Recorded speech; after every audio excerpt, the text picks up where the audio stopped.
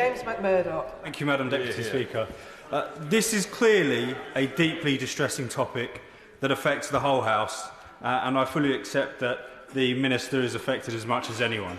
That being said, it is not clear to me why we would not do absolutely everything within our power to get to the bottom of this, and that includes a full national inquiry and all the powers that come with it. So would you please explain to me why we won't have that and why you see us having that as capitulating? The reason I think that what we have laid out is better is because it is about taking action now in areas where it is needed. A national inquiry, which we already had, which took 7 years and wrote a 200-page dossier on group-based sexual abuse. There was a 200-page dossier specifically on that, and it took 2 years just to do that, and it made really good recommendations. I genuinely believe that the best thing for me to do is to crack on with doing those. Joy Morrissey. Thank you, Madam Deputy Speaker. Can the Minister provide assurances from the dispatch box as to how the government is going to compel councils like Bradford who have refused to participate in this inquiry or in a local inquiry? And this may seem self-evident, but councils that are going to be liable for child protection, who are probably going to be found to be at fault, are probably not going to want to participate in a local inquiry. So that is why we're asking for a national inquiry. So please provide what the government is going to do to compel those councils to give evidence so that justice can be served for these victims. What I would say to the Honourable Lady is that I shall wait for the review being undertaken by Baroness Casey and what it tells me, and I will act on that. And the final question from the backbench is to Jim Shannon. Thank you, Madam Deputy Speaker. Can I thank the Minister very much for her honest answers. The Minister has spoken a number of times on this issue, and I thank her for her care and consideration of the matter. But I'm always, the Minister will know, I always try to be respectful, and therefore my question is one that has to be asked. However, what remains clear is that there is a public perception that government is drawing a line under actions that simply do not deserve to be forgotten. In order to learn the lesson that these dreadful actions need to teach, I believe we need a full and open investigation, and government needs to and must pacify the general public. We have an obligation to society, and more so to the vulnerable of our society. So will the Minister confirm the investigation that the public and the members of the House believe the scale of these issues warrant? Thank you. I appreciate the honourable gentleman's desire to always be respectful, and I shall pay it back in kind and say that there is absolutely no way that the government wishes for the past to be forgotten, for a line to be drawn. That is absolutely the opposite of what I want. I want every single perpetrator rounded up and locked up. I want every single victim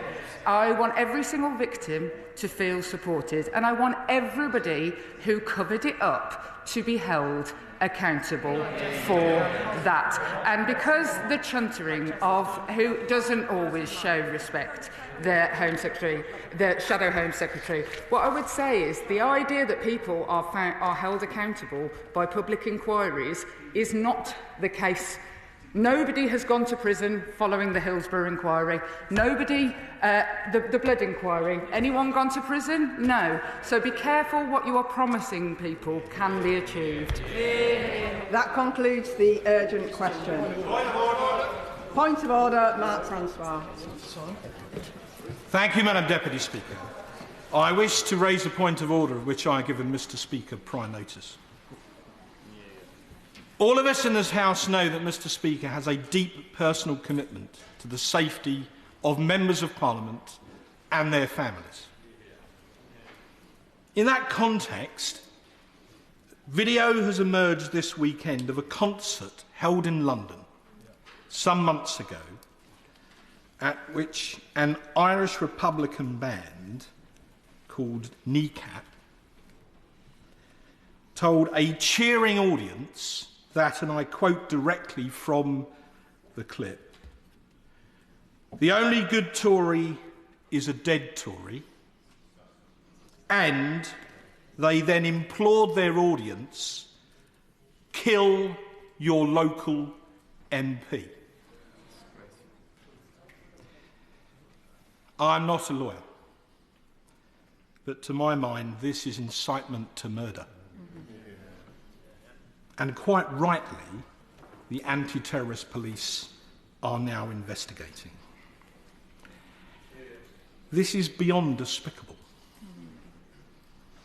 And I say that looking across the chamber at the plaque of our fallen comrade, Sir David Amess, and that one behind me, to a fallen comrade, Joe Cox.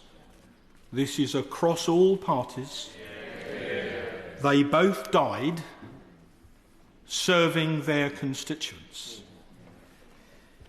So may I ask through you, Madam Deputy Speaker, of Mr. Speaker, three things. One, that the Home Secretary should come to this House by no later than tomorrow and make a full statement on what the government understand has happened here and exactly what they intend to do about it to protect all those in public life, not just MPs and their families. Secondly, that the Secretary of State for DCMS, who I see is in her place, I did notify her, should also give a public explanation, ideally via a statement, of how it came to pass that this band were given some £14,000 of British taxpayers' money in a grant. Sorry, you don't normally heckle points of order, but if you're going to do that, our leader Kemi Badenoch refused it, they appealed, and your government didn't oppose the appeal. Yes. Those are the facts. So could you please explain to us how exactly that happened? I didn't want to make this bipartisan, but you interrupted me. And thirdly, and by the way, how we can get the money back. And thirdly, I understand that NECAP are still booked to appear at Glastonbury, which under the circumstances would be unconscionable.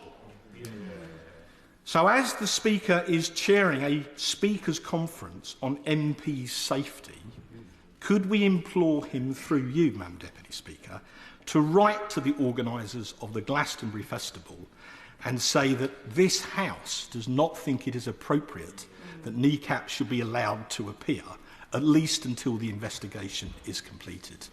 I ask this, if I may, on behalf of all of us and all of our families. I hope, Madam Deputy Speaker, that is not unreasonable.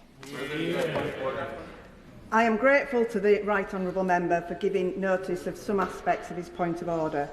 As he knows, we do not discuss security matters on the floor of the House, but I do understand that the police are investigating these incidents. I haven't had no indication that ministers intend to come to the House to make a statement, but the Right Honourable Gentleman has put his point on the record. Point of order, Alan Gemmell. Thank you, Madam Deputy Speaker. Could I seek your advice on how to put on record my concerns and those of my constituents about worrying allegations in the weekend press about the awarding of contracts by Martin Dowie, Conservative leader of South Ayrshire Council? That is not a matter for the Chair, but the Honourable Member has put his point on the record. Point of order, Gregory Stafford. Thank you, Madam Deputy Speaker. There are significant concerns in Whitehill and Borden in my constituency about changes to healthcare provision and meeting the needs of the rapidly growing local population. I wrote to the Secretary of State for Health and Social Care on January the 28th about this issue and specifically about the future of the Chase Community Hospital. I've sent follow-up emails, but 3 months to the day later, I have still received no response to that letter. The refusal of the Secretary of State to engage with my constituents on this matter is concerning. So I seek your guidance, Madam Deputy Speaker, on securing a ministerial response about the proposals. I am grateful to the Honourable Member for his point of order and for giving notice of it. Ministerial correspondence is not a matter for the Chair, though all Honourable Members should be entitled to expect a timely reply when they write to any member of the Government. I am sure that the Treasury